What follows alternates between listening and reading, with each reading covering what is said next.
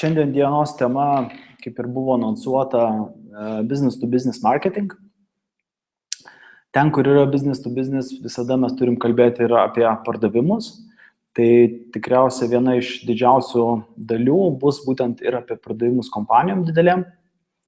Papasakosiu truputį, kaip iš tikrųjų veikia didelės korporacijos ir kaip pas juos priimami sprendimai ir kokios ten yra erdvės tiesiog patekti ir parduoti jiems.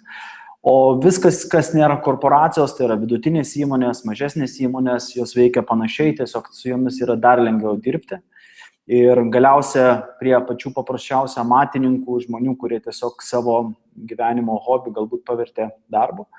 Tai prieit galima be abejo tiesiog kaip ir prie paprastų žmonių, socialiniai tinklai ir kitos priemonės, apie kurias aš kalbėjau jau anksčiau. Taigi, įsijungsiu prezentaciją, kurią šiandien pasiruošiau jums. Prieš viską, žinoma, noriu dar truputį anonsuoti tai, kad mes kaip Startup Highway esame pratęsę savo kvietimą. Tai reiškia, iki gegužės 1 dienos galite teikti paraiškas. Tiesiog mes nusprendėm, kad norime pasižiūrėti apskritai, kiek galim surinkti šiais metais. Ir tai vėlgi pasikartosiu, kad kviečiam iki gegužės 1 dienos iš tikrųjų teikti paraiškas, gauti finansavimui iki 25 000 eurų. Čia yra pirmas etapas. Be abejo, toliau gali būti, kaip ir mūsų komandos žino, tai yra tam tikri follow-upai, kur papildomai yra investuojama, bet pirmas etapas iki 25 000 eurų. Siūlom 3 mėnesių akceleravimo programą, siūlome savo komandos tinklą žmonių ir fondų, su kuriais bendraujame ir norime padėti tom komandom išsivystyti. Ieškome technologinių startupų, tai yra verslų, kurie vysto technologijomis paremtus dalykus ir galėtų augti eksponentiškai. Čia, ko gero, pagrindiniai kriterijai. Žinoma, norėtume, kad būtų jau suformuotos komandos, bent jau du žmonės būtų komandoje. Be abejo, norėtume, kad turėtumėt kažkokius tai produkto, sakysim taip, produkto tam tikrus jau ženklus, kad iš tikrųjų jums tas produktas pavyks padaryti. Be abejo, norėtume matyti, ne visada tai būna, jau ženklus, kad jums puikiai sekasi. Tai gali būti kažkokie atsiliepimai iš jūsų klientų, galbūt kažkokie success case ir panašiai. Prieš viską aš iš tikrųjų noriu atsiprašyti dar ir klausytojų dėl to, kad taip jau išeina, kad mano kasdienėje kalboje yra labai daug terminų, kuriuos mes visi suprantam, bet jie yra angliški, tai ta tokia mano lietuvių kalba kartais tampa ne visai graži, bet atleiskit man dėl to, kad aš tiesiog vartosiu, tikiuosi, kad jūs suprasit. Jeigu nesuprasit, yra chatas apačioje, galite paklausti, pabandysiu atsakyti, kas ką reiškia. Tai tiek, perėsiu prie marketingo ir pardavimų. Taigi, šios dienos tema yra mūsų B2B marketing. Aš skirstau labai taip ganėtinai grubiai, bet visada sakau, kad B2B marketingas tai visada yra kalba apie pardavimus, tai reiškia aktyvius žmonės, kurie galbūt skambina, rašo, eina, susitinka ir panašiai. Dėl to, kad iš tikrųjų kompanijos turi savo specifiką, kaip jos dirba, jos turi savo procesus ir prie jų dažniausiai reikia prieiti būtent fiziškai. Ne? Tai marketinginės priemonės mes naudojam iš tikrųjų tų vadinamų lydų generavimui. Tai yra, kaip ir matote, čia yra pavaizduotas tos piltuvėlės, tai reiškia marketinginės priemonės, apskritai marketingas business to business versle, tai yra pagalba pardavimų komandai, reiškia.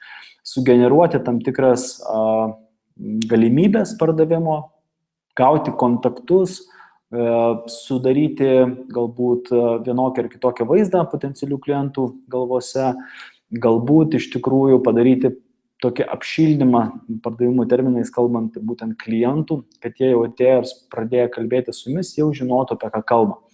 Tai marketingo būtent labiau yra būtent B2B versle toks vaidmuo. Ir apie tai mes ir pakalbėsim. Aišku, Bet koks verslas visada yra reikalas apie žmonės, tai čia nieko nuostabaus ir reiškia, tie standartiniai principai B2C naudojami, aišku, tinka kai kas ir B2B, tai nenustebkit, kad aš panašius dalykus pateiksiu, ką aš kalbėjau praeitame webinare apie būtent kaip pritraukti pirmąjį milijoną vartotojų, tai tam tikri dalykai gali kartotis, galės pasižiūrėti, bet jie būtent pateikti bus iš B2B pusės. Taip. Ir jeigu kalbant bendrai apie visą procesą, tai prasideda viskas iš tikrųjų pagrindė nuo marketingo, ne? Visas pardavimų procesas, marketingo komanda paruošia dirba iš tikrųjų pardavėjim ir tada piltuvėlių principų ir skaičiuojant konversiją mes jau galime toliau dirbti su tais klientais, juos potencialiais klientais paverčiant jau klientais. Ne? Tai tą turėkite omeny ir įsivaizduokite, tą būtent piltuvėlį, nes tai yra, matyt, ko gero, vienas svarbiausių iš tikrųjų minčių B2B apskritai versle, tai yra visi pardavimai yra piltuvėlės ir mes tiesiog kiekvieną iš grandžių, kiekvienų laikų momentų turime stengtis iš tikrųjų patobulinti, pagerinti konversiją. Ir čia ne visai B2B, bet matyt draudimo kompanijos geriausiai žino tą, nes jie iš tikrųjų labai puikiai žino, kad kuo daugiau kartų paskambinsiu, tuo daugiau yra potencialas iš tikrųjų man gauti kažkokį susitikimą ir parduoti draudimą. Ne? Tai draudimas ganėtinai sudėtingas produktas, ne? Yra daug siūlančių, tačiau šitoje vietoje viskas iš tikrųjų priklauso nuo konversijos. Ne? Jeigu aš matau, kad man reikia pasiekti 100 žmonių, tai man reikia pasiekti. Aš turiu susitikti, paskambinti, pasiekti kažkaip 100 žmonių, kad iš jų, sakykime, žinodamas, kad konversija yra 5%, kad 5 žmonės iš jų gali tapti potencialūs klientai. Ir vėlgi, iš karto turim suprasti, kad jeigu aš noriu pasiekti 50 žmonių, ne, tai aš bandymų turiu jau turėti bent 1000. Ne? Ir čia šito vietoje yra paprasta matematika ir iš tikrųjų tos tendencijos daugiau ir mažiau jos galioja visuose lygiuose, tiesiog reikia paskaičiuoti konversiją ir žinosit, ką iš tikrųjų reikia pasiekti, kad būtų išsivystytų jūsų verslas į kažkokį didesnį dalyką. Ne? Tai čia truputį, kaip sako, kaip visada, šiek tiek teorijos apie B2B marketingą, o dabar prieisim iš tikrųjų prie realaus marketingo, kas yra marketingas. Ne? Tai man labai patinka teorija, kad iš tikrųjų, kai mes kalbame apie marketingą, verslo marketingą, mes turim visada turėti omeny, kad yra tam tikri taškai jūsų versle, kurie siejasi su klientais. Ne? Yra tam tikri verslo taškai, nežinau net kaip tiksliai įvardinti. Tiesiog, ką noriu pasakyti, tai jūsų vizitinės, jūsų automobilis, jūsų apranga, jūsų darbuotojai, jūsų komercinis pasiūlymas, jūsų sutartis, tai yra taškai, kuriuose jūs tiesiog bendraujate, ne, su savo klientais. Ir čia yra taškai, kuriuos reikia tobulinti, kalbant apie marketingą. Ne.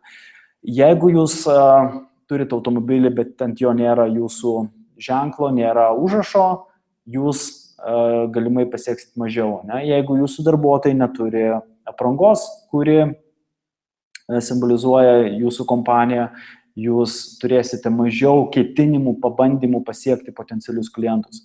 Ir aš tiesą sakant, man visai patinka iš tikrųjų, kai aš nuvažiuoju į didelės konferencijas ir startuperiai ir šiaip žmonės tiesiog užsidėję savo firminius marškinėlius, galbūt su labai gera mintim, galbūt labai gražių vaizdų, ne, jie atkreipia dėmesį, visada atsiranda tema pokalbiui ir galima iš tikrųjų, tiesiog lengviau atrasti bendrą kalbą ir atrasti lengviau tuos konkrečius žmonės, su kuriais jums reikia pabendrauti. Ir tai vėlgi, jūsų komanda, jūsų kompanija yra kaip Formulės 1 komanda ir jūs turite ir taip žiūrėti.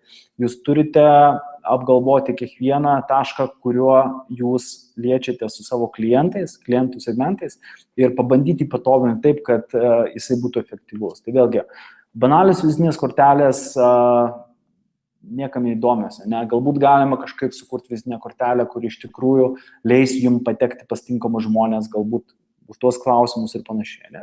Tai vėl čia truputį apie tai, kaip aš iš tikrųjų žiūriu marketingą ir į tuos taškus, kuriuos tiesiog mes turim tobulinti. Ja? Dabar šiek tiek tai, ką aš minėjau, tiesiog čia brandbookas šito atveju, bet tiesiog tai yra ir vokai, ir pasiūlymai. Ir faktas, juos galima padaryti profesionaliai, bet nebrangiai. Nebūtina išleisti $5,000 ten ar litų iš tikrųjų tiem dalykam. Yra keletas servizų, kurie tikrai leidžia pasiekti pakankamą kokybę tiesiog už nedidelę kainą. Tai Diamond Forest ten yra iš tikrųjų ne tik template'ai svetainėm, bet taip pat jūs galite susirasti ir template'us prezentacijom, vizitiniam kortelėm ir panašiai. Ir už nedidelę kainą sąlyginai pasidaryti iš tikrųjų pakankamai profesionaliai atrodančius dalykus ar reprezentatyvią medžiagą. Ne? Tai čia tiesiog keletas šaltinių, jų yra žymiai daugiau. Tai taip. Dabar aš perėsiu iš karto prie tos didžiosios temos, tai yra kaip perka korporacijos. Ir noriu pasakyti, kad iš tikrųjų iki kol būtent ruošdamasis šiam webinarui aš dar kartą susisiekiau ir su savo bičiuliais, kurie dirba korporacijose, nuo Nike, TomTomo iki Barclays ar IBM. Ir jie man patvirtino tam tikrus bendrus dalykus, kuriuos aš jums iš tikrųjų šiandien ir pateiksiu. Ne? Tai kai jūs norite parduoti kažką iš tikrųjų kompanijom, didelėm korporacijom, turite pagalvoti apie aibę dalykų, bet vienas iš jų be abejo yra kaina. Ne? Ir čia yra keli dalykai, kurie labai svarbus. Tai yra, kuo mažesnė metinė suma, tuo lengviau parduoti. Kodėl? Todėl, kad yra kiekvienoje didelėje kompanijoje yra suskirstyta, kokios skyriaus žmonės gali priimti sprendimus būtent pirkti. Ne? Ir labai dažnai, ten, jeigu jūsų produktas kainuoja ten iki, sakykime, $1,000, ne, tai gali netgi labai žemo lygio vadovas priimti pats sprendimą su jų nieko nepasitaręs tiesiog ir nupirkti tą produktą, jeigu jisai yra tinkamas. Ne? Šiuo atveju galbūt mes apie software as a service galbūt galim kalbėti, galbūt apie kažkokias tai jūsų paslaugas. Ne?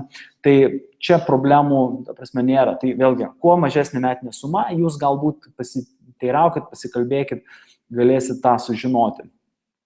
Jeigu jūsų produktų nereikia integracijos ir įtraukti kitų skyrių, ne, ir tas žmogus, su kuriuo jūs bendraujate arba atradot kontaktą, jis gali priimti sprendimą ir jam nereikės papildomų tiesiog galimybių kažką daryti, tai yra vienas iš tų dalykų, dėl ko jums gali būti lengviau parduoti. Tiesiog korporacijose labai sudėtingi procesai užsisuka, kai reikia įjungti IT skyrius, kai reikia įjungti teisės skyrius ir panašiai, tai visada apie tai turit galvoti. Ne?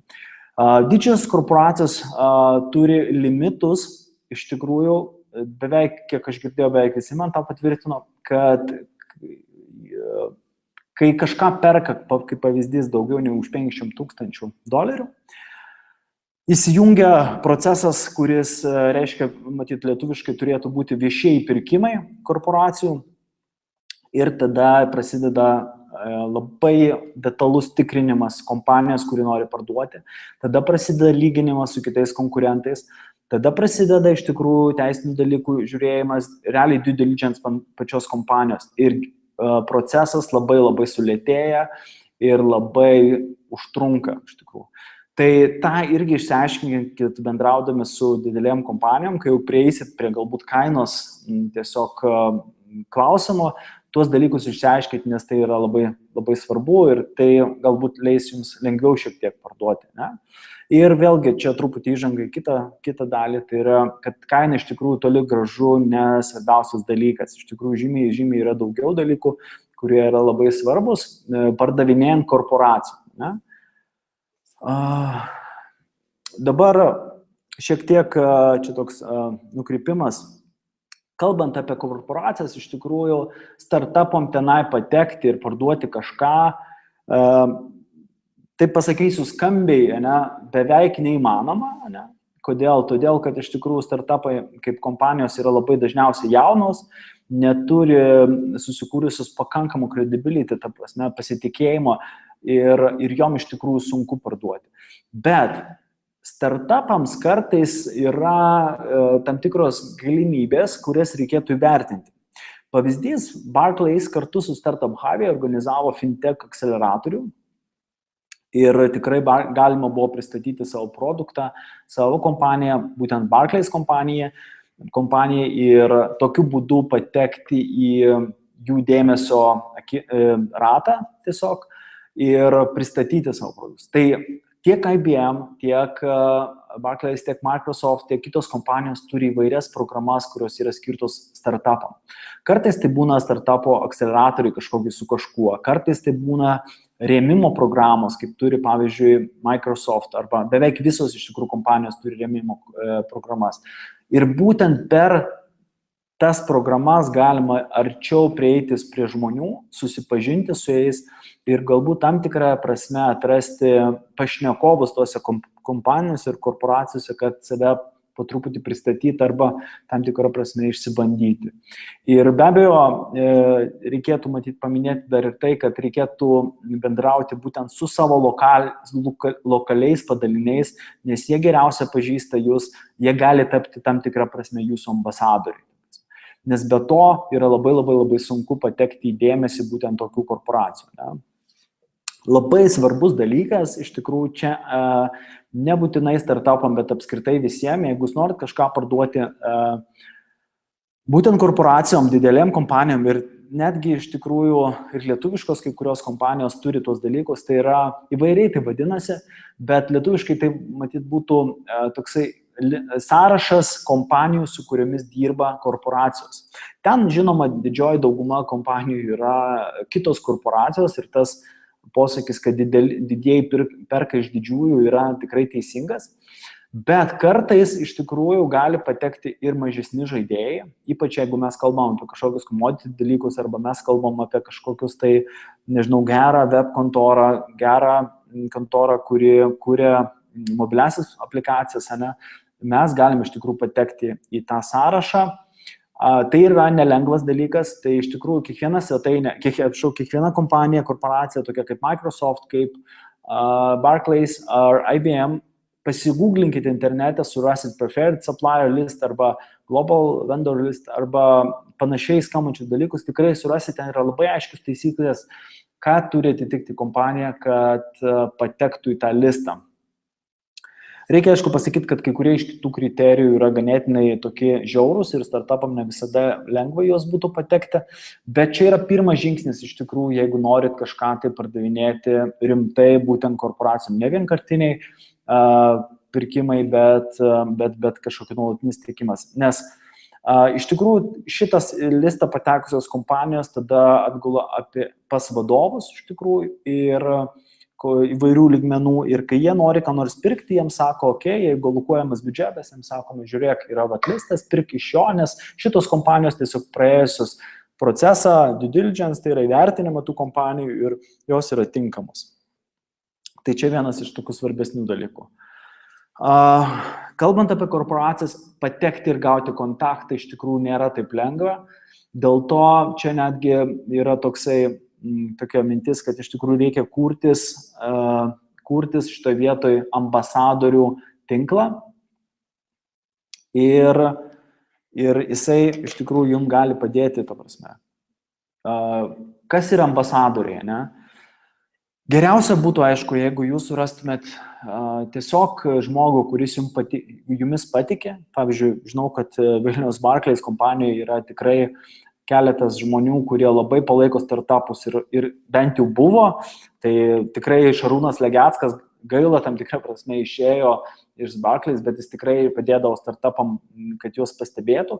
Yra ir kiti žmonės, kuriuos iš tikrųjų, jeigu įtikinsit savo produktais, kad tai yra gerai, jie tikrai gali padaryti nemažą darbą, atstovaudami viduje kompanijos, kad jums padėtų iš tikrųjų. Jeigu jūs iš tikrųjų darot gerą produktą, geras teikėt paslaugos, apie kurias mes dar irgi truputį pakalbėsim, kaip tai viskas darosi.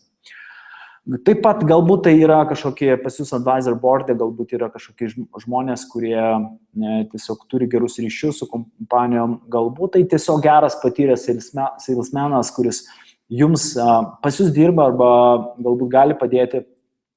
Tai vėlgi, iš tikrųjų, tie žmonės dažniausiai turi gerus ryšius ir gali patekti, žinoma, jų honorarai irgi gerokai didesni. Taip pat tai gali būti kažkokie asociacijų vadovai, kažkokie tai industrijų vadovai ir panašiai. Ir galite bandyti tiesiog atrasti tam tikrus tarpininkus, kurie jums padėtų iš tikrųjų, patys patikėję jūsų produktų, padėtų iš tikrųjų pasiekti žmonės. Patiem jauniems žmonėms, 20-30 metų, patekti į korporacijas, kad jos priimtų ir kažką padaryti, iš tikrųjų labai sunku. Nes nėra pasitikėjimo, nėra credibility, nėra tiesiog tos žmogiškos patirties ir geriau, kad kažkas to jums iš tikrųjų padarytų rimtą intro ir tai bus tikrai lengviau. Jeigu taip truputį kaip aš įsivaizduoju ir kaip mes iš tikrųjų linkstam su savo startupais, kad iš tikrųjų be abejo visų pirma prasideda viskas nuo to, kad susirandi kažkokie žmonės kompanijose, kurie arba dirba, arba kažkas pažįsta ir pradedi iš tikrųjų tą procesą, kur pradedi pardavimą būtent jiem, kad jie taptų jūsų pardavėjais iš tikrųjų viduje. Ir jeigu jūs atranda tokį žmogų, jisai sutinka, jisai patikė tuo ir galvoja, kad jo korporacija, kurioje jis dirba, galėtų būti vertė, tai tada jums tada jis tiesiog padeda ir jūs turit jam iš tikrųjų labai smarkiai padėti, pasiruošti, daryti maksimaliai geras prezentacijas, profesionalias, kad jis pasiruoštų, tiesiog žinotų visas detalės nes jam reikės pristatinėti, niekas jūsų neleis tenai, jisai turės pristatinėti. Be abejo, būtų labai padėtų, jeigu jūs patektumėte arba kažkaip, sakysim, pradėtumėte procesą patekimo į būtent tuos sąrašus kompanijų, iš kurių perka. Be abejo, vėliau bus due diligence procesas, kuris tiesiog įvertins, ar jūsų produktas tiesiog tinkamas jiem, ar teisinė prasme jūsų sutartys sutinka, ar jis atitinka saugumo reikalavimus ir be abejo, ar galima užtikrinti integraciją.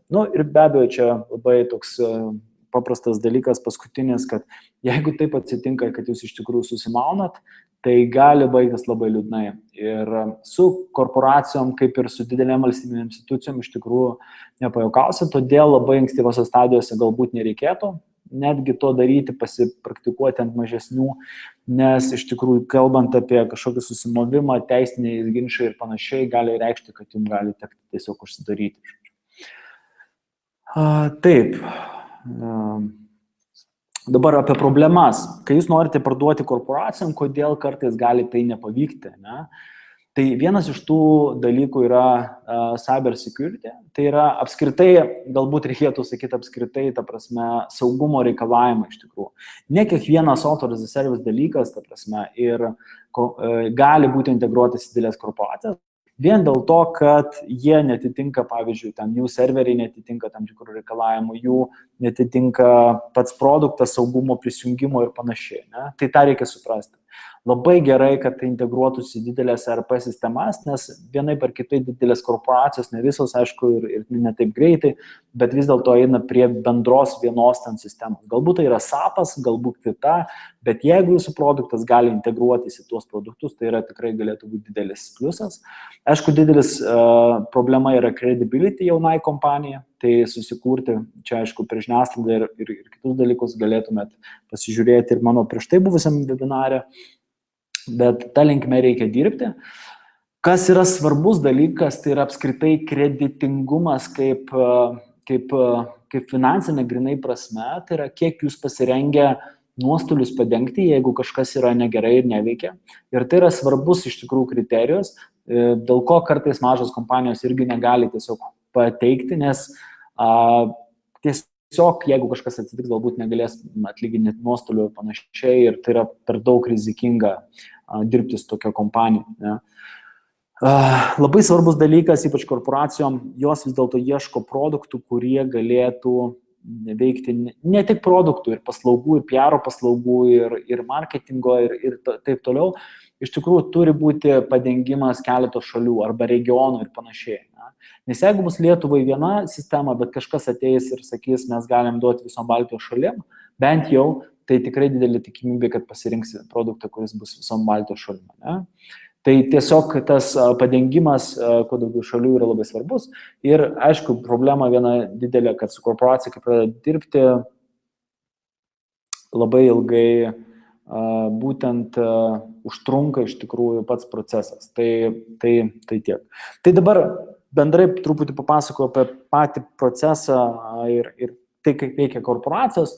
Reikia suprasti, kad, kaip sakant, kuo mažesnės kompanijos, tuo tie dalykai lankstesni. Tai čia matyti ir yra didysis pliusas ir startupam, ko gero, reikėtų treniruotis, kaip ir sakiau, nuo mažesnių. Ne?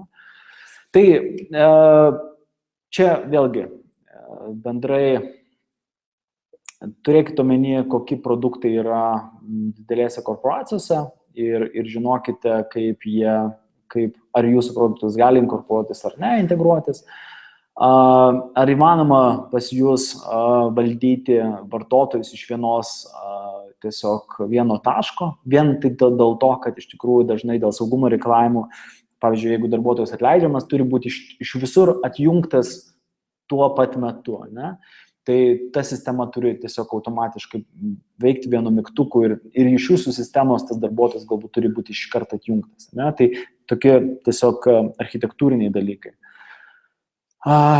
Ir be abejo turi turėti galimybę suteikti tinkamą apimtį ir būtent pajėgumus, nes kas bus, jeigu produktą pradės naudoti ten 10 000 vartotojų vienu metu. Ne? Tai aišku atrodo labai gerai, bet ne visiems gali pavykti iš tikrųjų tą padaryti tiesiog tinkamai ir kad tai veiktų, ne, tai susiję būtent su labai didelė taip pat rizika.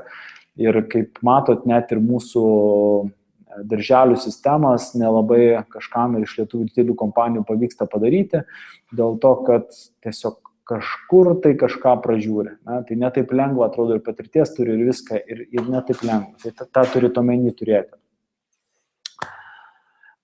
Čia tiesiog toks vienas galbūt iš dviejų svarbesnių dalykų, tai didelės kompanijos turi savo standartinės sutartis, tai tiesiog prašykite jų, nes jeigu jūs pasiūlysit savo sutartį, tai tiesiog gali užtrukti dar ilgiau, vien dėl to, kad jie turės iš tikrųjų praeiti procesą, teisinį procesą ir įvertinti iš tikrųjų jūsų sutartį tiesiog. Ne? Tai čia tiesiog taip.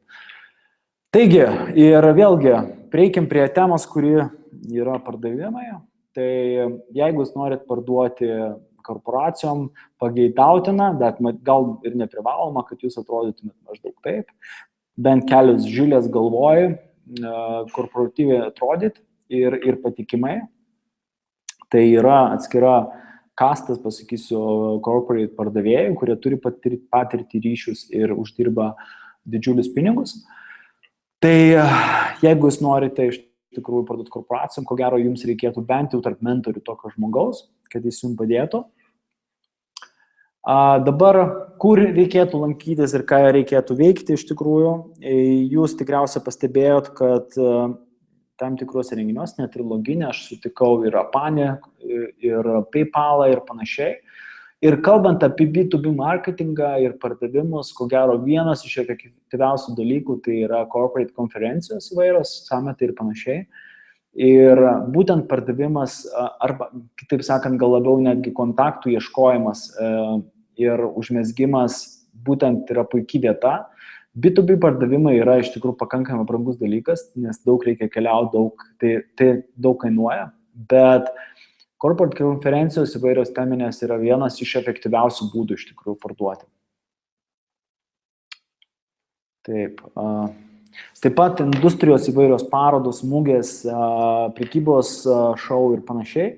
Tai vėlgi dar viena vieta, kur iš tikrųjų tenka keliauti ir pristatinėti ir ieškoti kontaktų.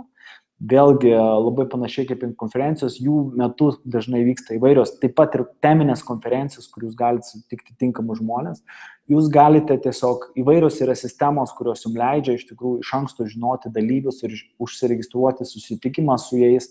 Tai domėkitės, žiūrėkite ir važinėkite konferencijas, nes jeigu turit B2B produktą, tai ko gero, be to jūs tikrai neapseisit. Net negalvokit, kad tai įmanoma parduoti ypač didelėm kompanijom internetu, nes taip nėra. Kompanijos didelės iš tikrųjų perka iš žmonių, reiškia, turi kažkas pristatyti, kažkas bendrauti ir panašiai. Tai tą turite omeny ir viena iš geriausių iš tikrųjų kontaktų tiesiog erdvių ir yra parodos ir mugės. Man labai patinka iš tikrųjų Alanas iš Aduplex, nes jis dalyvauja daugybėje per metus konferencijų nuolat lipa ant scenos save pristato ir ko gero taip turėtų elgtis startuperis, norėdamas, kad jį pastebėtų ir pamatytų. Nebijokite iš tikrųjų dėmesio, lipkite ant scenos, pristatinėkite savo produktus, dalyvaukite konkursuose ir panašiai ir jūs turit matytis iš tikrųjų renginiuose.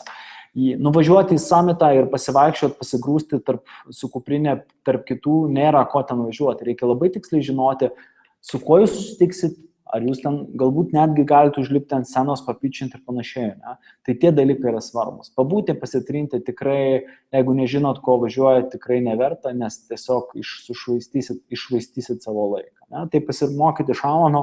Alanas daug puikių dalykų daro, jie puikiai daro ir content marketing ir apskritai pakankamai neblogai dirba, mano nuomonė, su B2B pardavimais ir vysto savo produktą. Ne? Man labai patinka vienas iš tokių būdų, kaip iš tikrųjų tiesiog didinti savo žinomumą, tai prie visko aš siūlau iš tikrųjų dalyvauti įvairiuose konkursuose, nes tai vėlgi jums turėtų padėti iš tikrųjų pasiekti matomumą ir žinomumą. Tai pavyzdys, kažkada tai dirbau su tokiu Office One kompanija, kuri ten per keletą pavadinimų Daily Service dabar Office Day tapo ir jau jie aibę metų iš tikrųjų organizuoja šauniausių biuro administratorių. Reiškia, labai tikslinė auditorija nukreiptas konkursas, ne? Office Day tikriausiai žinot, yra kanceliarinių prekių tiekėjai, tai jie tiesiog per tokius konkursus susirenka potencialius savo klientus, tiksliau raktinius žmonės, kas yra svarbiausia iš tikrųjų, ko gero, pardavime, ir per juos būtent pasiekia savo paskutinį klientą, kuris priima sprendimą. Ne? Sutikite, kad sekretorija, administratorė tikriausiai nėra sprendimo priėmėja, bet jinai labai turi didelį įtaką kompanijoje.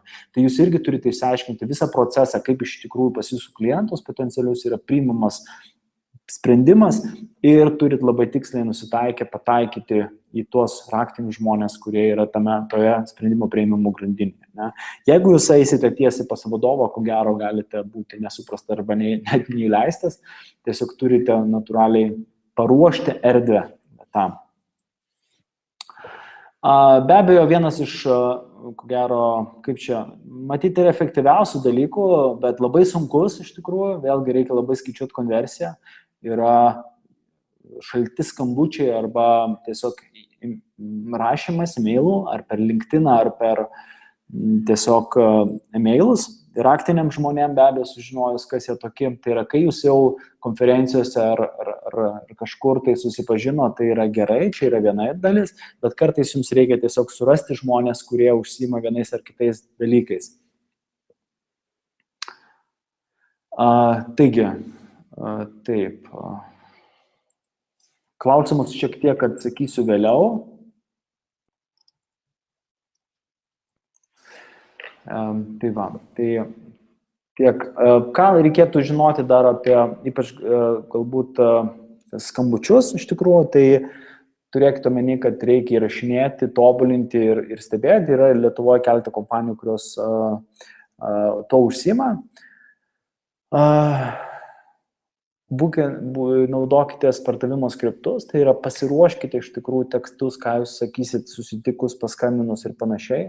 Pasiruoškite e-mailus, kurie geriausiai, efektyviausiai veikia ir testuokite tai, nes nuo to labai dažnai priklauso, kokį žodį teisingą paminėsi, kaip kitoje pusėje tave supras ir kaip tave įvertins. Ir be to labai dažnai pardavimo sėkmė priklauso iš tikrųjų nuo užtikrintumo. Jeigu tu paskambinęs šnekėsi neužtikrintai, tai ko gero tu perduosi tą neužtikrintumą ir savo klientų ir jis tikrai nebus tikras, kad perka gerą dalyką. Ne? Tai čia tiesiog tokie keletas tipsų ir triksų apie pardavimus. Ir perėsim jau konkrečiai prie marketinginių priemonių, tai yra tokių kaip tuos lydus generuoti. Ne? Man labai patinka iš tikrųjų tai, ką daro TrackDuckas. Aš jau minėjau per vieną webinarą, jie ganėtinai gerai dirba su content marketing. Jie rašo savo blogą, kuris yra pakankamai populiarus šiandien internete ir jų duomenimis ten 10 000 skaitytojų susilaukia. Jie taip pat neblogai inicijuoja straipsnius kitoje žiniasklaidoje ir pasirašo tiesiog tiek kaip svečiai rašytojai, tiek kaip tiesiog koautoriai įvairių straipsnių arba tiesiog žurnalistus įkalba padaryti ir vieną kitą temą, tai tą darykite, nes vienu atveju galbūt jūs galėsite pristatyti tiesiog įvairias vienas ar kitas temas, kai tapus media priemonė, kitą atveju galbūt jūs įtikit padaryti kažkokį review ar straipsnį. Tai pasižiūrėkit, kaip dirba Trackdeckas, pakankamai geras pavyzdys iš tikrųjų, kaip galima dirbti su content marketingu. Labai svarbus dalykas, kalbant ir apie būtent credibility ir apie kalbant apskritai, kaip korporacijos iš tikrųjų renkasi ir kompanijos didelės renkasi savo klientus, tai yra įvairūs būtent konkursai ir reitingai. Dalyvaukite juose, neatsimenu, kaip dabar tiksliai vadinosi, bet savų laikų iš tikrųjų Lietuvoje irgi labai buvo žinomas konkursas, kur visos web kompanijos dalyvaudavo jame ir stengdavosi parodyti. Šiandien dienai yra Logino konkursas, kuriame jūs taip pat galite pristatyti savo IT projektus, startupus ir panašiai ir dalyvauti, taip susikurti tam tikrą credibility ir pasitikėjimą. Ir dar kas yra svarbu, ypač profesiniai tam tikrai reitingai, kaip pavyzdžiui web kūrėjams yra įvairūs konkursai didžiuliai, kur tikrai tos kompanijos, kurios susilaukia sėkmės ir reitingo viršuje atsiranda, jos gauna iš tikrųjų papildomą dėmesį ir gauna potencialius klientus. Aš žinau, kad pavyzdžiui Rusijoje iš tikrųjų netgi labai smarkiai iš tikrųjų turi įtakos patekimas į tokius reitingus. Ten žurnalai, įvairūs portalai sudarinėja top programėlių kūrėjų reitingus, top web svetainių kūrėjų reitingus ir tokiu būdu iš tikrųjų jie sulaukia labai daug dėmesio ir klientų, potencialių klientų, korporatyvinių klientų, dėl to, kad kitaip labai sunku atsirinkti iš tikrųjų, ypatingai didelėse šalyse. Lietuvoje tai mes vieni kitus pažįstame, pavyzdžiui, didelėje šalyje atsiras geriausia web svetainės kūrėja, tai netaip yra paprasta iš tikrųjų ir tokie reitingai tiesiog padeda apsispręsti. Tai dalyvaukite juose, jie padės jums sutraukti klientus, dalyvaukite visose reitinguose, kur tik galima bus, būtent kalbant apie jūsų produktą, nes susilauksite tiesiog papildomą žinomumo. Čia vienas iš dalykų, kurie man labai patinka kaip marketinginės priemonės. Viena iš jų yra knyga Rework, kuo jinai man labai patinka, todėl kad aš į tai žiūriu tik kaip marketinginį dalyką. Tiesiog tai jau ne pirma knyga. Tikrai tai nėra kažkoks tai ten didžiulis išradimas, tai ką jie ten rašo, bet pakankamai sudėliotos mintis ir jas žmonės netgi perka iš tikrųjų. Tai kas gali būti geriau, nei už jūsų marketinginę priemonę tiesiog susimoka žmonės, nes viskas, ką jie kalba, dažniausiai yra apie jų kompaniją. Ne? Taip pat yra elektroninės knygos irgi geras edukacinis produktas, kurį iš tikrųjų galite išleisti. Tai yra labai svarbu, kad tai būtų naudinga jūsų potencialiem klientam ir jeigu tai bus naudinga, tikrai atsidėkos jums lojalumo ir tiesiog galbūt užsakymais arba įsidėmės jūs kaip ekspertą tam tikrą. Tai leiskite elektroninės knygas, nedidelės kažkokius patarimus, tiesiog sukurkite naudą, vertę jūsų potencialiem klientam ir tai čia ir siūlau dirbti. Microsoft, matyt, yra patys kiečiausi iš tos srity, nes iš tikrųjų savo produktus jie labai ilgą laiką būtent taip ir vystė, iš tikrųjų per įvairius edukacinius renginius mokė, kaip savo klientus ir partnerius, kaip dirbti su jų produktais, tai kaip uždirbti daugiau ir panašiai. Tai vėlgi, tai yra labai svarbus ir pakankamai stiprus įrankis būtent pritraukti ir apšildyti, taip vadinam, savo klientus, potencialius klientus, o vėliau galbūt jau tiesiogiai su pardavimais būtent paversti jūs klientais.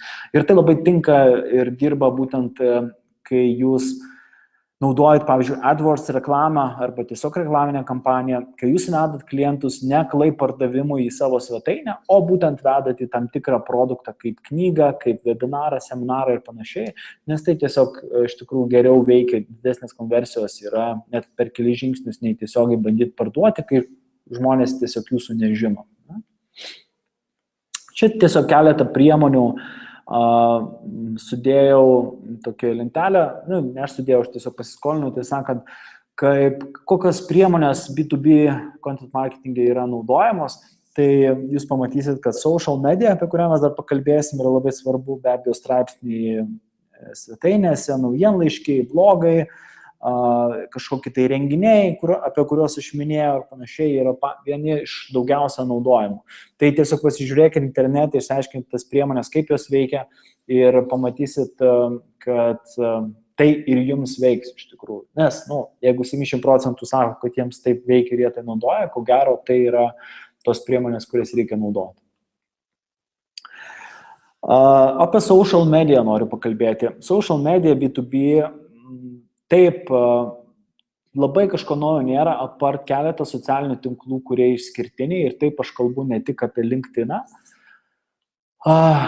Štai tie socialiniai tinklai, kuriuos aš siūlyčiau atkreipti dėmesį.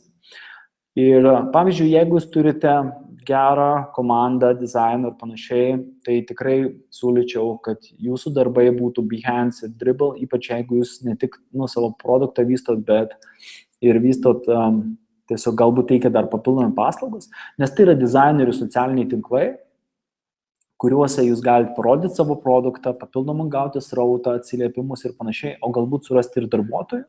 Quora yra labai fainas socialinis tinklas dėl to, kad ten gali surasti įvairiausius ekspertus įvairiam pasaulyje, jie tiesiog atsakinėja į klausimus. Vienas dalykas, tai yra man asmeniškai labai geras informacijos šaltinis tiek apie marketingą, tiek apie verslo procesus, bet taip pat yra labai geras įrankis iš tikrųjų ir susirasti kontaktus, galbūt parodyti save kaip ekspertą ir pritraukti dėmesį.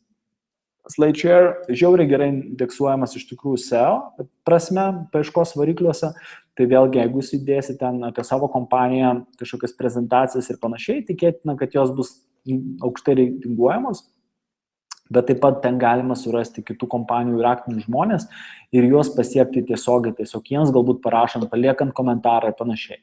Darbas socialiniais tinklais yra darbas iš tikrųjų ir čia reikia nemažai laiko tam skirti. Turėkite omeny, kad tam tikros šalis, kaip pavyzdžiui Vokietija, turi socialinius tinklus, kurie yra šiek tiek tiesiog lokalūs, ne?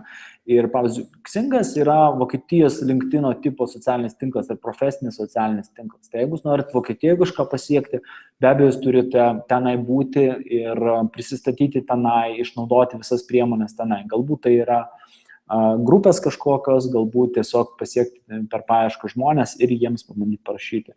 GitHubas yra grinai programuotojų tinklas, tačiau jis labai gerai veikia ir kaip priemonę save pristatyti, todėl kad jeigu jūs open sourcinsit tam tikrus dalykus arba aktyviai dalyvausite įvairiose diskusijose ten, kuriant kažkokius produktus, tai tikėtina, kad nuomonės lyderiai ir programuotojai jūs irgi pastebės ir tiesiog įvertinant kaip rinkos ekspertą arba įdomų dalyką kuriantį dalyką. Ne? LinkedInas, tiek jo grupės, visų pirma, LinkedInas yra puikus dalykas pasiekti žmonės, nors aišku, pastaruoju metu jau irgi tapo ganėtinai spamerių mėgstama vieta, tačiau vis dar visai neblogai galima surasti bet kokį žmogų ir šiandien žiūrėjau, LinkedIną tikrai galima surasti didžiausių korporacijų CEO, tai tikrai reikėtų išnaudoti, aišku, reikia šitoje vietoje reikia tam pasistengti, kad jūsų žinutė būtų tiksli, aiški ir tikrai turite aišku pasiūlymą, neužtenka vien tik tai konektintis, bet taip pat, aišku, dalyvavimas įvairiose profesinėse grupėse yra labai teisingas žingsnis. Ir Stack Overflow irgi yra socialinis tinklas skirtas būtent daugiau developeriam, tai yra programuotojam, bet jūs ten taip pat galite pristatyti savo produktą, pristatyti save, ypač jeigu tai yra susijęs su programuotojų bendruomenė, ir taip pat kitom kompanijom, nes vėlgi ten yra ir kitų kompanijų darbuotojų, kurie irgi dalyvauja priimant sprendimus. Tai siūlau šitos naudoti. Aišku, tas pats Facebookas, Twitteris ir panašiai, bet čia jau yra daugiau aišku socialiniai tinklai, ne tiek daug, kad ten galima dar pridėti. Tai tiek apie socialinius tinklus. Galbūt reikėtų paminėti dar kokį nors Reddit arba Hacker News, kur irgi dalyvauja labai daug IT industrijos žmonių, tai ir pakankamai galinga turi įtaką šitoje vietoje, tai tiesiog irgi nepamirškit. Pasižiūrėkit, kas jums tik labiausiai tinka, išsibandykit, eksperimentuokit ir šau. Beje, žinau, labai neblogai veikia iš tikrųjų, bent keletą žmonių žinau, kurie pardavinėja savo produkciją ir suranda klientus grinai per profesinius forumus. Tai yra pakankamai gerai efektyviai veikianti priemonė, aišku, nereikia spaminti, reikia tiesiog labai, kaip čia, prieiti prie to profesionaliai, bet jeigu jūs tenai pristatysit informaciją arba žinias kažkokias duosit, kurios yra naudingos ir dalinsitės ir jūs pradės vertinti, tik tai, ką jūs rašysit ir tai, ką jūs tiesiog komentuosit, žmonės pradės sekti ir labai dažnai turi įtakos tam, iš tikrųjų, ką ir klientų potencialių suradimui. Bent jau žinau keletą žmonių, vienas dirba su quadrocopteriais, kuris grinai tiekia ten stabilizavimo sistemas ir būtent suranda klientus per tokius forumus, kur kiti profesionalai tos ryties sėdė. Yra ir ten kiti, kaip, tiesiog galbūt neminėsiu, nesu tikras, ar norėtų, kad būtų paminėti, bet tai yra ganėtinai geras kanalas iš tikrųjų susirasti potencialiam klientam. Čia aš jau minėjau, kad standartinės priemonės irgi veikia, tai tiesiog reikia pasižiūrėti ir išnaudoti, ne? Labai stiprus įrankis, kalbant apie business produktus, tai yra marketplace. Ir tikrai dar nepakankamai išnaudotas dalykas, iš tikrųjų yra marketplace'ai šito vietoj. Reikia rimtai padirbėti. Aš mačiau vieną startupą, kuris tikrai neblogai dirba, tai Soundtest iš tikrųjų gerai dirba, jie jau yra pagrindinėse marketplace'uose, bet jų yra tikrai daug. Ir jeigu jūsų produktas yra software as a service arba skirtas korporacijomis, gali integruotis į elektroninės parduotuvės, būtinai atsiraskite Shopify, pavyzdžiui, marketplace, Ticktail marketplace ar Magento marketplace, nes tai yra būtent varikliai elektroniniam parduotuvėm ir ten pluginai gali labai lengvai integruotis ir klientai patys ateis pas jūs. Ne? Jeigu jūs skirti verslui, tiesiog verslo procesuose, galbūt jums reikėtų pagalvoti apie Google Apps Marketplace, nemaišykit jo su Google Chrome Marketplace. Čia taip pat galima surasti business to business klientus, kad jie tiesiog įsidės ir išbandys. Ir dar vienas labai stiprus produktas, tai yra būtent Salesforce ir jų App Exchange produktas, tai yra marketplace'as grinai appsams skirtam verslui. Kuo įdomus Salesforce'as iš tikrųjų, kad jie nors ir sąlyginai 100 000 klientų kompanija, bet tarp jų klientų yra labai didelės korporacijos ir čia yra vienas iš būdų, kaip parduoti iš tikrųjų savo produktą iš tikrųjų dideliam kompanijom. Tai nepamirškit, tų marketplace'ų yra žymiai daugiau ir jūs pasiieškokit, kas jums labiausiai tinka, bet tai tikrai veikia ir tikrai siūlau tą išbandyti. Jeigu jūs turite verslą ir jūs norite į tą, sakysim, pristatyti savo produktą per internetą, būtinai siūlau pasidaryti landing page'us kiekvienam savo produktui. Ką aš turiu omenyje? Čia pavyzdys mūsų Planner FVD kompanijos, į kurią yra investavęs Startup Highway. Dabar naujas produktas skirtas verslui, Decorator 5D. Tai produktas tiesiog, kuris leidžia pasižiūrėti jums, pavyzdžiui, ar tapetus, ar dažus įvairiuose interjeruose. Ir tai yra skirtas elektroniniam parduotuvėm produktas. Žodžiu. Tai mes jam sukūrėm landing page, kuris labai, jame vienintelį galima dalyką padaryti, tai yra užsisakyti tiesiog demo. Ne? Ir landing page'ai būtent įrankis, kaip efektyviai paversti jūsų lankytojus tiesiog klientais arba galbūt supažinti su kita kažkokia medžiaga. Kodėl? Todėl, kad landing page'ų paskirtis yra tiesiog vienintelis tikslas per puslapį. Nėra ten jokių nuorodų about us ar dar kažką. Yra vienintelis dalykas, ką tu gali padaryti. Tai yra užsiregistruoti, pavyzdžiui, susitikimui, tai arba kitais atvejais galbūt išbandyti produktą. Ne? Tai yra labai gerai konversijos prasme veikiantis dalykas, tai pasižiūrėkit, tikrai neverta perkrauti savo svetainių, o atskiriem produktam, kurie yra jūsų iš tikrųjų tokį vežantis arba potencialiai, ta prasme, įdomus, siūlau iš tikrųjų sukurti landing page'us ir būtent tuos landing page'us, kurie iš tikrųjų turi tiesiog vieną dalyką, tai yra labai aiškiai išdėlioti argumentai ir vieną dalyką gali padaryti, tai yra užsiregistruoti arba susitikimą padaryti ir panašiai, arba tiesiog uždaryti. Ne? Ir yra keletas tipų landing page'ų, tai yra arba labai paprasti, tai yra vieno puslapio dažniausia landing page ir labai paprasti dažniausiai yra geriausia veikia su labai paprastais produktais, tokiais kaip Dropbox, kur jau viskas aišku, ne, tiesiog reikia užsiregistruoti.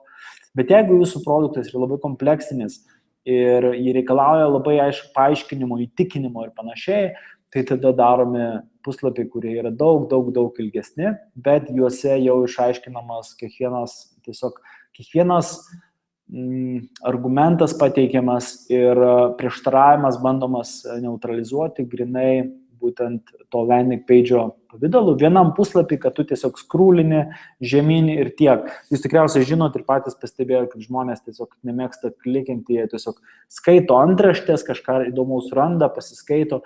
Tai dar dėl to būtent landing page'ai šitie būtent tas formatas veikia. Tai siūlau irgi tą išnaudoti. Įdomus dalykas, kas liečia apie verslą B2B ir ypač pardavimus užsienyje ir dažnai yra praleidžiamas, aš matau, tai būtent tam tikri lokalizacijos dalykai. Mes labai įsivaizduojam, kad mes esam kažkokiam labai visiems žinomoje vietoje, čia visi žino Sabonį ir panašiai, bet dėja tikrai pasaulyje taip nėra. Pusė pasaulio gal ir daugiau tikrai nežino, kas tas Sabonis ir kur tai yra Lietuva. Todėl, jeigu jūs norit parduoti Vokietijoje, būkite vokiečiais.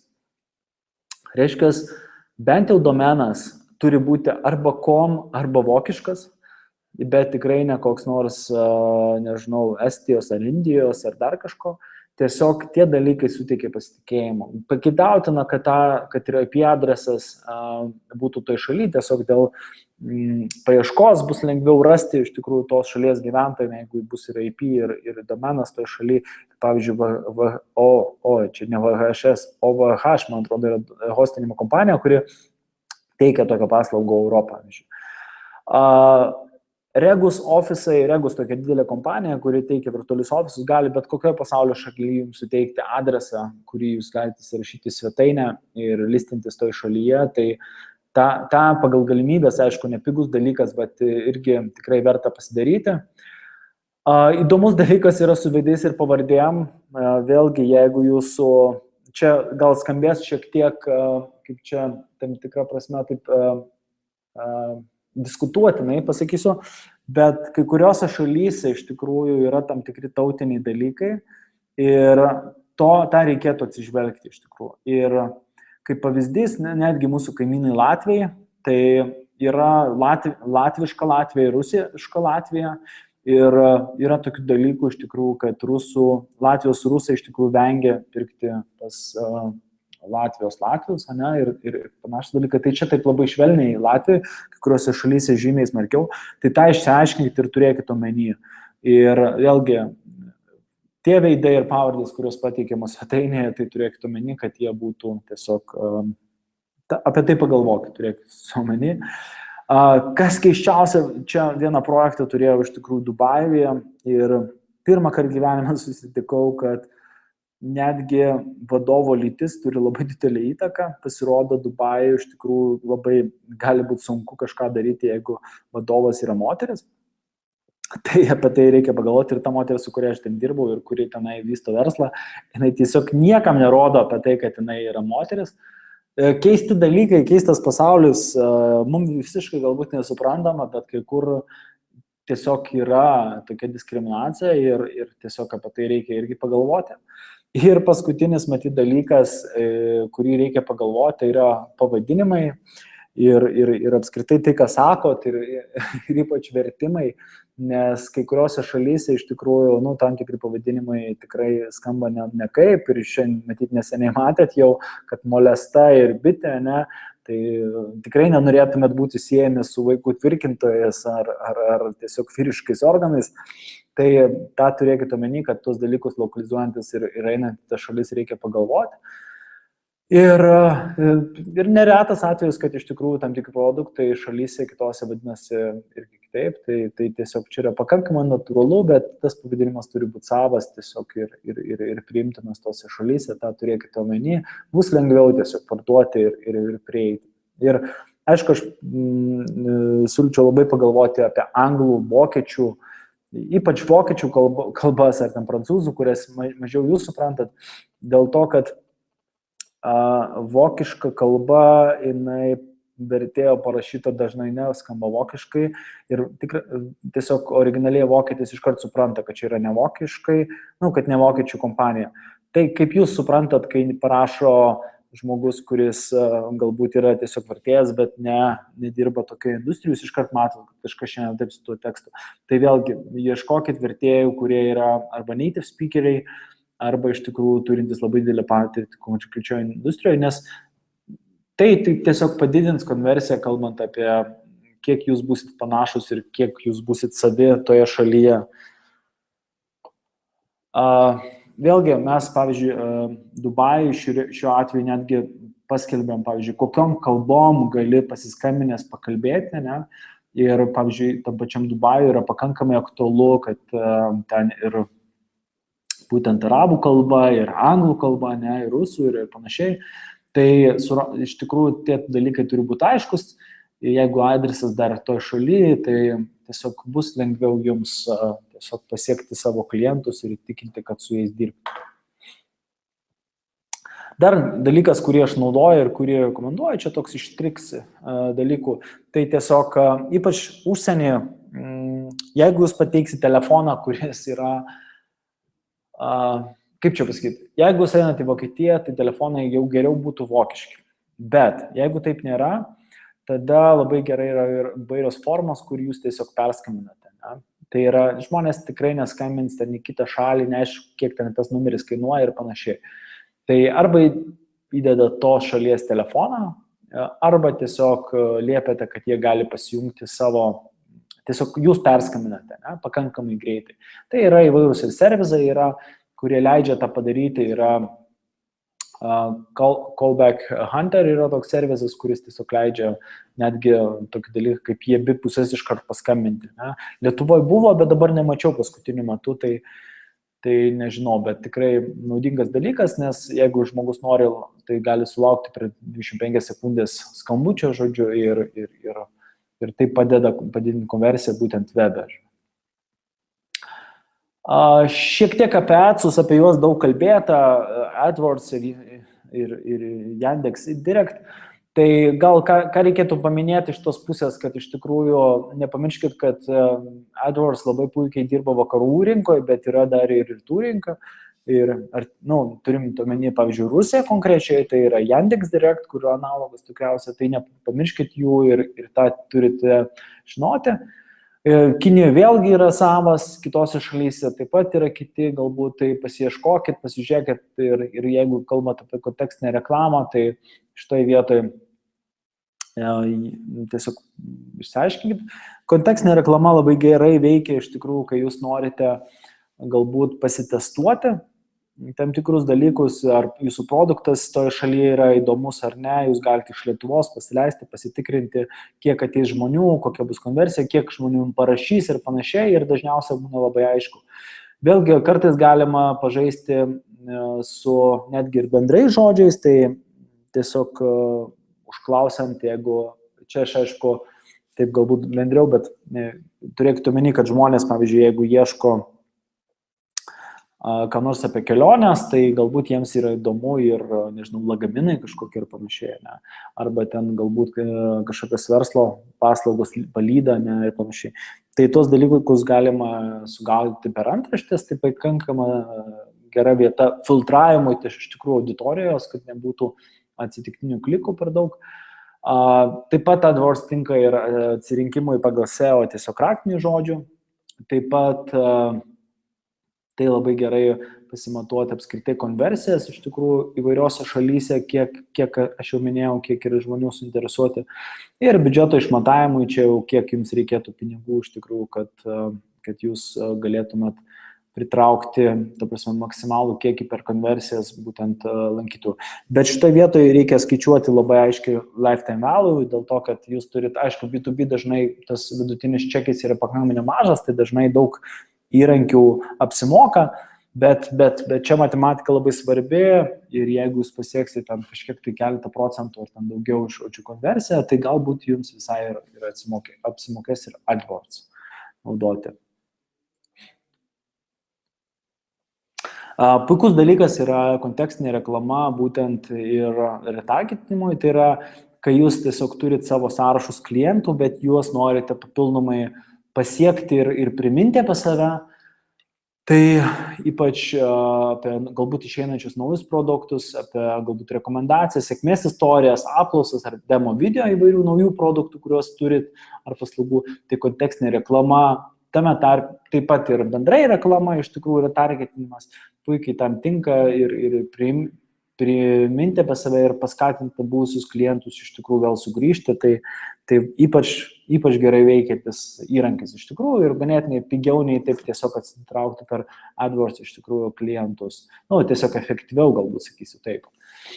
Tai ir aišku, galbūt čia labiau taip bendrai, bet dar taip pat geras įrankis yra tiesiog tikslinė reklama, kai jūs žinot tiksliai, kur jūsų auditorija renkasi, potencialus klientai, pavyzdžiui, jeigu jūs norit gauti transporto kompanijų darbuotojus ar net ir savininkus, tai žinoma, bent jau Cargo LT galima dalį jų, bent jau mažesnius, tikrai pagauti, ne? Arba jeigu norim, kad tiesiog kažkas, tai čia Google pavyzdys, YouTube, žinai, jeigu norim, kad YouTube žiūrėtojas galbūt taptų ir klientų, tiesiog mes paskatinami piniginiam kažkokiam dovanom, tą galime per banerius įspręsti panašiai, tai čia tiesiog vienas iš tokių pavyzdžių, kaip galima būtent pasiekti. Ir vėlgi, kai kurie žurnalai, laikraščiai online įvairūs leidžia labai tiksliai nutaikyti, pavyzdžiui, parodyti tik tai Delfio transporto skiltyje reklamą, ne, kur galbūt jūs pataikysite į savo potencialius transporto kompanijų savininkus, tai tiesiog tą turėkite omeny ir nebūtina visam Delfi reklamuoti, galbūt jūs galite tiksliai parodyti reklamą. Vėlgi, baneris tikriausia turėtų būti ne taip aklai ir paprastai parduodantis kažkokį produktą, nes per banerį parduoti kažką šiandieną tikrai labai sudėtinga, bet kažką jūs turėtumėt sugalvoti ir įdomaus, kas patrauktų akį ir galbūt tas pats galėtų būti kažkoks tai renginys, galbūt ar kažkas, kur jau tada gyvai galėsite pristatyti. Ir man labai patinkantis dalykas, bet labai retai naudojamas B2B srity, tai yra produktai magnetai, aš taip juos pavadinau, bet iš tikrųjų produktai, kurių tikslas ne parduoti, o pritraukti klientus. Tai jeigu B2C visos ten Maximos, Ikėjos ir panašiai puikiai naudoja tos įvairius katalogus ir panašiai, tai business srity pakankamai retai naudojamas dalykas. Bet irgi galima tą tikrai išnaudoti. Tai tie produktai magnetai tiesiog jie dažnai reklamuoja kaip B2C srity, pavyzdžiui, kava už 1 litą, ne? Kažką labai seksi, kažką labai patrauklaus tu parodai, kas pritraukia dėmesį, pritraukia klientą pas tave, jisai pradeda kalbėti, o po to priklausomai nuo tavo strategijos tu gali jam pasiūlyti galbūt kitą produktą, turėti algoritmą, kaip tu jam tai pasiūlai, galbūt pasakyti, čia tik tai espresso kava, bet jeigu tu nori kavos su pienu, tai jinai yra 7 litai, bet kai jau yra žmogus atėjęs gyvai, žymiai didesnė tikimybė, kad jisai pas tave nupirks. Tai tie produktai magnetai, aš siūlau jūsų kompanijose pagalvoti apie juos, jie labai gerai veikia ir per reklamą, reklamuojant būtent per socialinius tinklus ir taip pat galbūt offline įvairias priemonės panaudojus, galbūt žiniasklaidą ir panašiai, pasiekti savo klientus. Tai tikrai neišnaudotas pakankamai dalykas, kurį siūlau tiesiog panaudoti. Taip pat partnerysčių programos labai svarbios iš tikrųjų B2B iš tikrųjų versle ir kaip marketinginės priemonės, tai Not kompanija, galbūt jūs net nežinot, bet viena iš įdomesnių programinės įrangos pardavėjų Lietuvos, jie grinai dirba per partnerius. Ir čia tas net verslo modelis toks ganėtinai įdomus, Ir be abejo, Microsoftas yra lyderis šitoj srity, Microsoftas beveik vien tik per partnerius dirba iš tikrųjų ir partneriai jiems jų produktus diegia, tai irgi nepamirškit šito būdo, tiesiog galbūt ir jūsų produktus gali įvairiose šalyse, galbūt taip pat toj pačioj šalyje platinti partneriai iš tikrųjų kartu su savo produktais. Jeigu Microsoft daugiau programinę įrangą, o jūs dar turit ir personalinius kompiuterius, tai labai puikiai tai susisieja į vieną sprendimą, kurį galima parduoti. Ne? Man patinka labai produktinės partnerystės iš tikrųjų, nes čia labai dažnai nefigūruoja pinigai, bet barteris labiau pasikeitimai, kaip pavyzdys Teo ir Kaspersky reklama. Nežinau, ar čia kažkas kažkam mokėjo, bet šitą vietą iš tikrųjų tiek vieni, tiek kiti gauna naudos. Ir labai dažnai gali suveikti toksai sinergijos principas, kad vertė yra didesnė tiesiog, o ir vieni ir kiti tampa laimingi. Ir žinoma, čia aš jau minėjau B2C seminarę, bet vis dar siūlomas nuolaidos už nieką, tai jeigu jau jūs nežinot, ką paimti už nuolaidą, paimkit bent jau rekomendaciją, įsidėsit svetainėje, pasikabintis ant sienos ir darbuotojams smagiau, ir klientai labiau pasitikės, jeigu rimtos kompanijos jums rašo rekomendacijas, ir nuolaida nebus už dyką. Tai čia toks vienas iš tokių dalykų. Ir dar vienas dalykas, čia yra, pavyzdžiui, dev kompanija, bet ir offline pakankamai naudojamas dalykas kaip marketinginis, tai yra pačių produktų demo. Bet aš turiu omeny ne free trial, bet demo kaip produktas, jeigu software service su konkrečiais skaičiais, duomenimis, kur klientas net neprisregistravęs gali pasibandyti, pasitestuoti, pasižiūrėti, kaip viskas veikia su duomenim ir panašiai, tiesiog be kažkokios registracijos ar kažko tai. Ir su tikrais galbūt duomenim, ne, pasižaisti. Tiesiog, kai žmogus pabando, patikrina, labai gerai veikia, tada jau galim perėti kitą žingsnį, kaip sako, apšildytis klientas, galima jau tada su juo perėti ir kažkokį tai pokalbį apie pardavimus konkretesnius. Apie SEO daug labai prikalbėta. Kas mano nuomonė yra geriausia šiandienai SEO strategija, tai kurti unikalų turinį ir būti naudingiems iš tikrųjų savo klientams. Jeigu jūs pridėsite ant šlamštinės informacijos, tai nieko iš to gero nebus. Tai su SEO reikia šiandieną elgtis labai atsargiai, bet jeigu jūs turit pagrindinės techninės, sakysim, sprendimus šiuolaikinius, tai yra koks nors WordPress'as ar dar kažkas, ir neseniai sukurta svetainė, sužiūrėti pagrindiniai dalykai, tai tie, kuriuos rekomenduoja, pavyzdžiui, Google per būtent savo gidą. Tai jeigu jūs gerai neišmanote, tai aš net sakyčiau per daug nedarykit, nedėkit nuorodų, kur nereikia ir panašiai, nes galite padaryti daugiau žalos. Siūlyčiau šito vietą iš tikrųjų pas SEO yra žmonių, kurie yra profesionalai iš to srityje ir tikrai gali padėti. Tai mes irgi su keletu dirbam, iš tikrųjų, kalbant apie savo kompanijas, tai ir Sejoną galiu paminėti, ir Tamulį galiu paminėti, tokius žmonės. Galite pasižiūrėti, pasigooglėti, iš tikrųjų, kiekvienas turi savo atrasti žmogų, su kuriuo dirba, bet siūlau šitą dalyką patikėti iš tikrųjų profesionalą, nes šiandienai tai jau galima pasidaryti ir žalos, ir tokiu atveju aš tikrai žinau, kur ten 300%, 40% nukrenta pajamas vien dėl to, kad, pavyzdžiui, netyčia sudeda visą indeksą, kur labai daug dubliuoto turinio, žodžiu. Visokių tokių nutikimų yra buvę. Dar vienas toks galbūt hybridinis modelis, tai yra, kaip produktas yra paleidžiamas kaip B2C, ir čia mūsų lietuviški visi 3 produktai, ir Deeper, ir Ruby, ir Foodsniffer, jie paleidžiami kaip B2C produktai, kai vartotojai patys įsibando ir panašiai, bet vėliau šitos kompanijos keičia savo verslo modelį ir tampa B2B kompanijos, kaip platina per partnerius.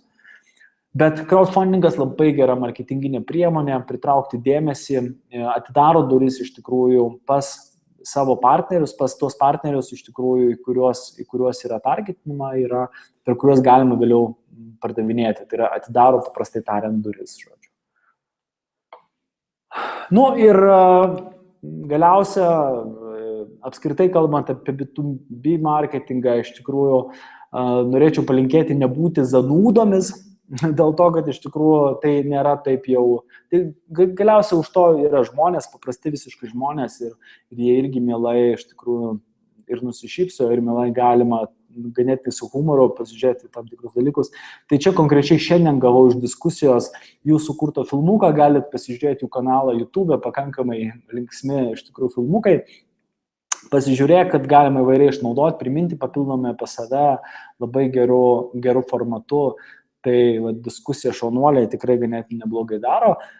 Tai aš savo dalį liktai ir baigiau pagrindinę apie B2B marketing, būtent tos pagrindinius dalykus, didelę dalį jūs galėsite pamatyti iš tikrųjų marketingo dalykų būtent kitame seminarime, kuris jau buvo, tai yra kaip pritraukti 1 milijoną vartotojų, ten yra plačiau tam tikros priemonės apžvelgtos. Čia buvo, aš stengiuosi susikoncentruoti labiau į B2B dalykus, kurie mano nuomonė šiandienai gerai veikia. O dabar norėčiau, kad užduotumėt klausimus, jeigu tokių turite. Tai laukiu klausimų dabar.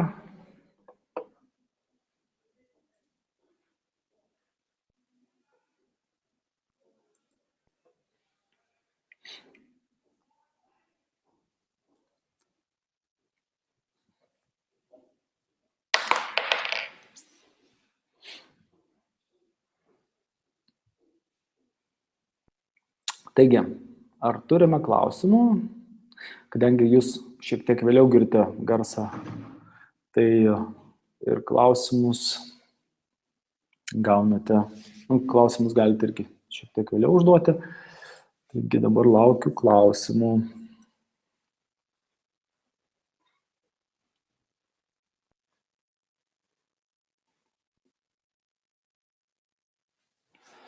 Ar rekomenduotumėte viešuosius pirkimus B2B pardavimams?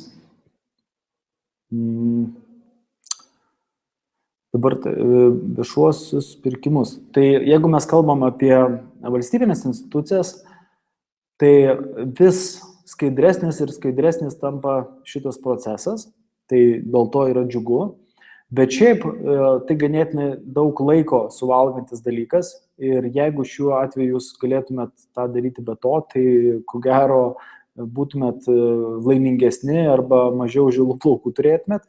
Bet taip jau yra, kad vis dėlto ir viešieji pirkimai generuoja pajamas, nors su jais reikia sunkiai dirbti. Tai tiesiog reikia būti pasirengus, kad tai daug kainuos jums nervų, kartais teisinių ginčų ir tai ilgai užtruks. Ir skaičiuokit biudžetą bent jau trečdaliu didesnį, nes labai dažnai nenumatytų išlaidų atsiranda. Ypač jeigu mes kalbam apie valstybinės institucijas kaip pirkėjus.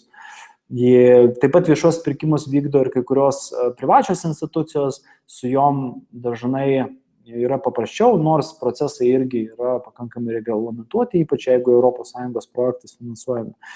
Bet jeigu kalbant apie globalesnius projektus, tai mažom kompanijom be abejo yra labai sunku laimėti viešuosius pirkimus, reikia kooperuoti su kitom kompanijom, bet pardavimas kaip kanalas, viešieji pirkimai, kodėl ne, tikrai žinau ir mano pažįstami ir Lietuvoje laimi ir viešuosius pirkimus ir yra kompanijų, pavyzdžiui, lietuviškų spaudos kompanijų, kuris Skandinavijoje laimi viešuosius pirkimus. Tai jūs pasižiūrėkite, yra vienas bendras portalas, pagooglinkite iš tikrųjų apie Europos viešuosius pirkimus, ten labai nemažai yra informacijos.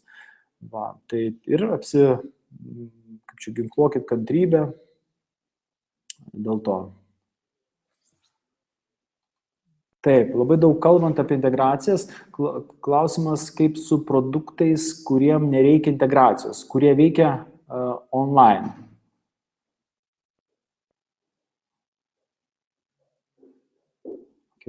Tai čia toks, be abejo, labai sunku kažką labai konkrečiai pasiūlyti, kai tu nežinai konkretaus produkto, bet toks content marketing pakankamai universalus dalykas iš tikrųjų ir tai yra pakankamai efektyvus dalykas, jeigu jūs turit ką pasakyti ir duoti savo skaitytojams.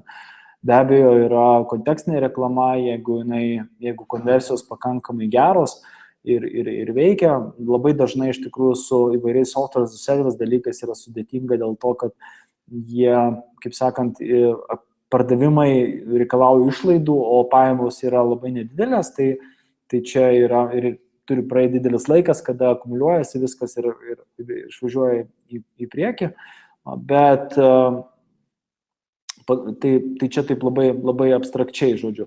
Tai be abejo, dar kartą kontekstinė reklama, be abejo, bet jinai aišku mokama, be abejo yra content marketing, tai yra irgi, kaip čia, reikia resursų, bet nebūtinai pinigų. Be abejo, tam tikri periniai dalykai, jie labai daug neduoda, iš tikrųjų, kaip čia klientų, bet duoda kažkokį tai žinomumą ir pastebimumą. Be abejo, galbūt reikėtų pasižiūrėti iš tikrųjų ir apskritai retargetingą, kitas reklaminės priemonės, nes iš tikrųjų jos užtikrintai dažnai atveda jums klientus, bet kas tikrai veikia, tai yra marketplace iš tikrųjų ir net nebūtinai tie, kur ten, sakykime, Salesforce, bet vėlgi tam tikra prasme integracija vis tiek yra, jeigu mes kalbam apie Google Apps marketplace. Tai ko gero čia lieka content marketing ir reklama pagrindinė. Kokie dar klausimai būtų iš jūsų? Tai jeigu turit klausimų, tai dar klauskite, o jeigu ne, tai aš jau šiandien pabaigsiu savo webinarą. Tai ačiū visiems, kas klausėte. Ačiū, kas uždavėt klausimus. Tikiuosi buvo naudinga. Būtų labai smagu, jeigu jūs parašytumėt iš tikrųjų, jeigu yra kažkokių tai kitų klausimų, tai tiesiog parašytumėt man į socialinius tinklus arba elektroniniu paštu jonas@startuphighway.com.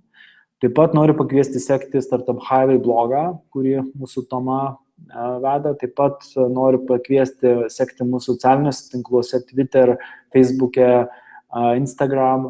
Taip pat noriu pakviesti be abejo suaplikuoti Startup Highway iki gegužės 1 dienos, pateikti savo idėjas 25 000 investicijai ir mūsų pagalbai. Tai tuos dalykus noriu. Ir dar turime vieną klausimą, kurį uždavė. Taip, iš patirties, kokiuose rėžiuose svyruoja B2B sprendimų, pardavimų ciklo trukmė? Oi, čia toks sudėtingas klausimas, labai iš tikrųjų, realiai, jeigu mes kalbam apie didelis korporacijas, tai būna ir metai ir daugiau iš tikrųjų. Jeigu mes kalbam apie mažas kompanijas, ten vis tiek be mėnesio neišeina, nors net paprasta web svetainę net neišeina susiderinti, jau nekalbant apie tai, kad ją reikia pagaminti. Tai vis dėlto verslui tie procesai pakankamai lėti, nes tiesiog tai susijęs su kitų žmonių įtraukimu ir suderinimu į laiko, galbūt dėl to čia taip ir yra. Tai tiek, kaip čia, baigiu šį vakarą su čekuoliu be čekuolio, nes žiūriu, kad per video labai panašus į čekuolį. Taigi, ačiū dar, kad klausėt. Tikiuosi, kad dalį iš jūsų pamatysiu Startup Weekend savaitgalį, į kurį aš irgi nueisiu su savo komandos draugais.